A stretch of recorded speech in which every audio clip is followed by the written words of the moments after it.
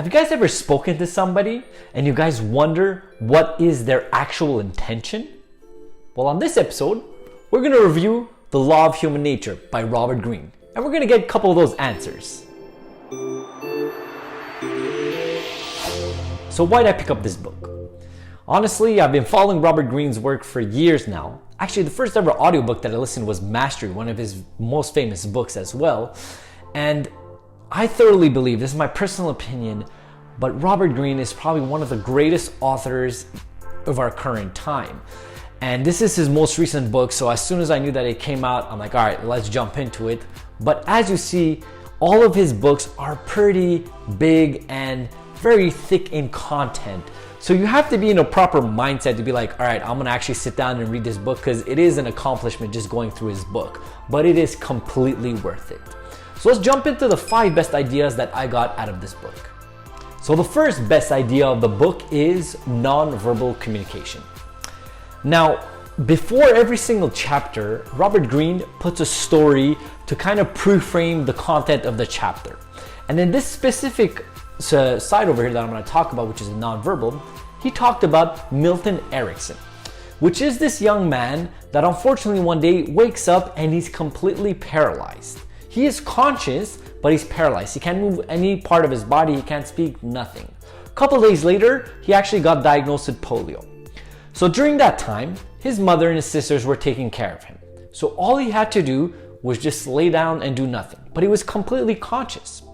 So during that period, he started noticing things differently. He started noticing the nonverbal cues that his sisters were having within themselves when they were talking. He noticed his sister say no to something, and the next day say no again, and it's a complete different tonation or sense of that no in itself, or that one specific word. So as he really analyzed this during the time that he was paralyzed, he really saw that there was an actual other language that was not getting recognized as much. As the years went by, he actually got better and was able to get back to being perfectly functional.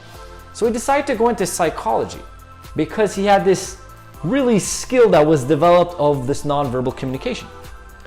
Now, as this story goes, he really becomes one of the greatest psychologists because he gets people just to walk into his office, and even before they say anything, even before they sit down to the chair, he knows exactly why they're there, what they're doing, just by their positioning, just by their intonation, just by the way they cross their leg. It's really remarkable, to be quite honest, the way that he explains in this book.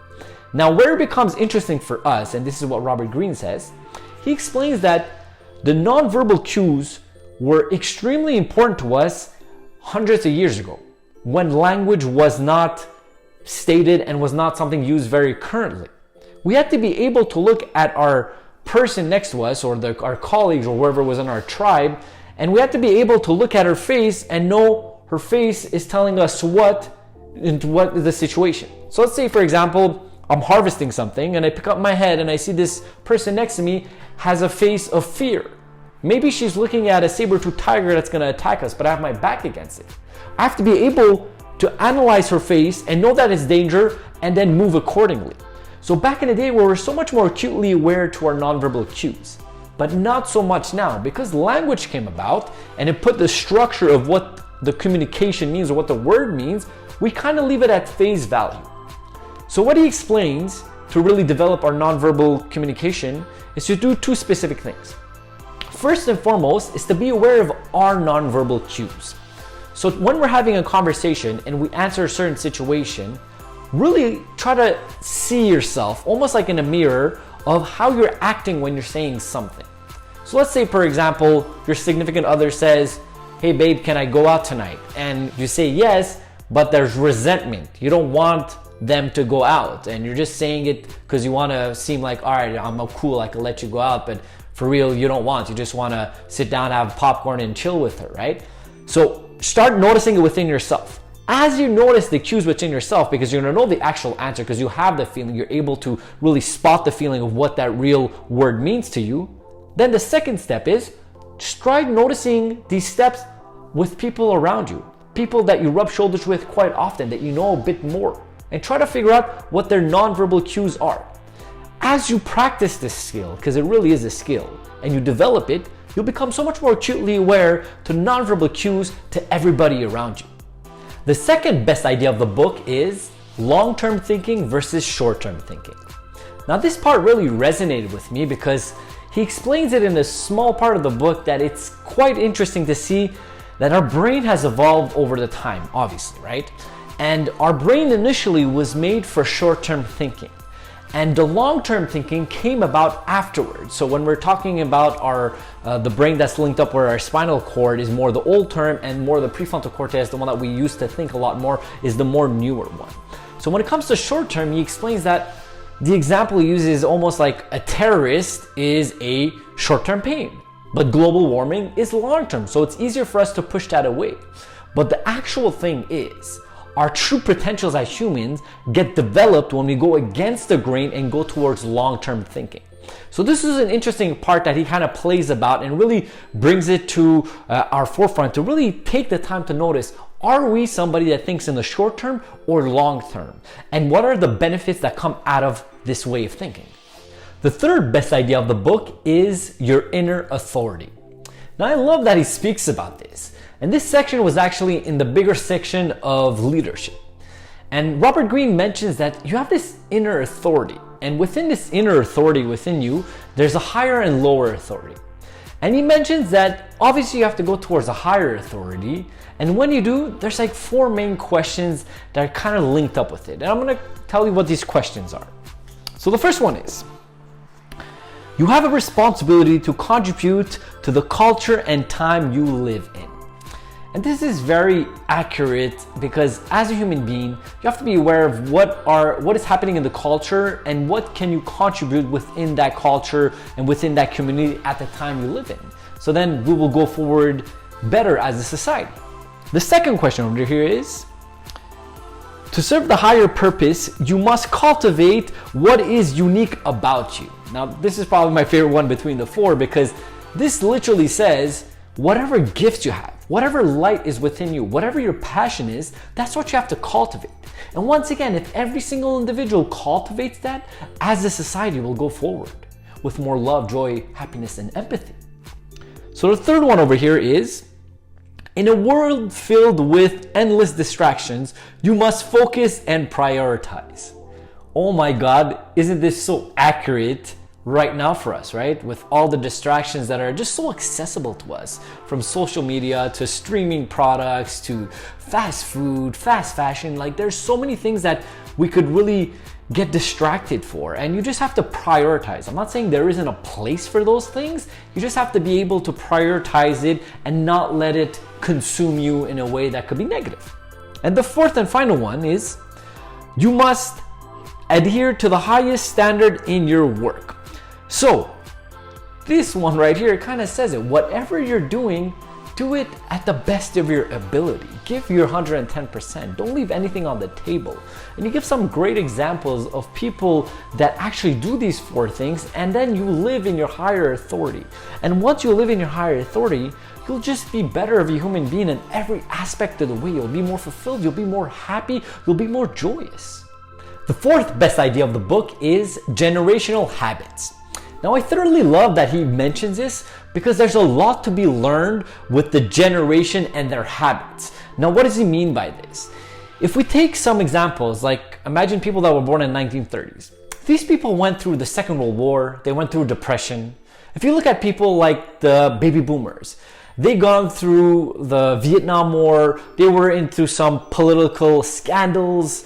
Millennials, they went through 9/11, they went through the 2008 financial crisis. And then if you see all these huge elements that happen within their youth, this creates a certain type of person. So you see some generations that are a bit more outgoing, you see some generations that are a bit more entrepreneur, you see some generations that are a bit more reserved on certain aspects, and then you could kind of link it to what happened within their youth. Because we have to understand that it is during our youth that our mind is the most malleable, and whatever happens, big impact or small, gets developed in a more sustained and long duration way. So as you're able to know per generation how they are with the elements or the sequence of things that happen within that time, you'll be able to know how to approach certain people differently. And in my personal experience, that's what happened with me. Once I got this knowledge a couple of years back, I started looking at things not on the aspect of, oh my God, my father is not understanding me, or my parents are not understanding me, or somebody's not understanding me. I started looking at it on the aspect of, am I understanding them? And specifically, me was my father. At certain points, we were clashing, just like any father-son would necessarily do. And I started thinking to myself, wait a minute, where does this man come from? He comes from Armenia. He immigrated here. He's a completely different way of thinking. He grew up in a different environment, different finance towards me. So it's not the aspect of, oh my God, he doesn't understand me. The aspect was, I'm not understanding him. And once I was able to correlate that understanding between the people that I'm talking to, I was able to resonate with them at a higher level, and then finally they would understand me because I was at the same level as them. So this is definitely a tool that I thoroughly think is really important for every single person to develop and to utilize within their life. The fifth best idea of the book is acknowledging death. Now this was my favorite part. It may seem a bit weird talking about death like this, but Robert Greene really explains that it's really important to see every single human being as a brotherhood and a sisterhood of immortality. We're actually the only animals that are consciously aware of our immortality. And that could be utilized in such a positive way. So if we think about an average, a human being lives to about 66 years old, it's a significant amount of time, but it's not that much either compared to other animals that are on this planet. Now within that time, because we do think that, oh, we have time on the planet, we procrastinate so much more. But if you actually take an active, almost a meditative practice to sometimes think about your immortality, it's going to get you to do so much more productive things and be more efficient with your time. And he actually goes ahead in the book and he names certain examples of some people that have had some almost life-threatening situations that they almost did die, and then when they came back from it, they're a completely different person. And this maybe is not something completely new to this information, because you probably know so many people that you've heard of these stories that they had a life-death experience and they come back and they see life in a completely different way.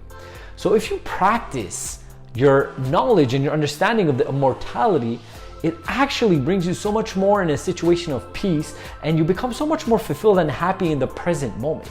It's almost this practice of gratitude in itself. So I definitely suggest to start practicing this within yourself. I've been doing it for a couple of years and I'm still tweaking and working on that aspect. But yeah, I definitely see some great values that are coming out of my life, and I'm sure there's great things that are going to come with you as well with practicing this technique. So the word of the book. So the word that I picked for this book was zeitgeist.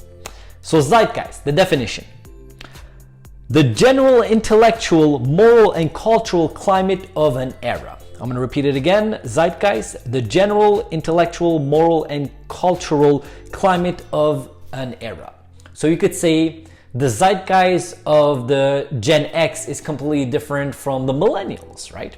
So that's one way you could utilize it. And this word was definitely utilized a lot in the generational habit section, which was the fourth best idea that I thought of the book. So did I like this book? I think it's quite obvious that I definitely did love this book, just by what I said in the beginning of this book review about Robert Greene. I personally believe that Robert Greene is a generational gift that is living among us. Like all of his works, I am sure are going to be studied and looked at for years and years to come.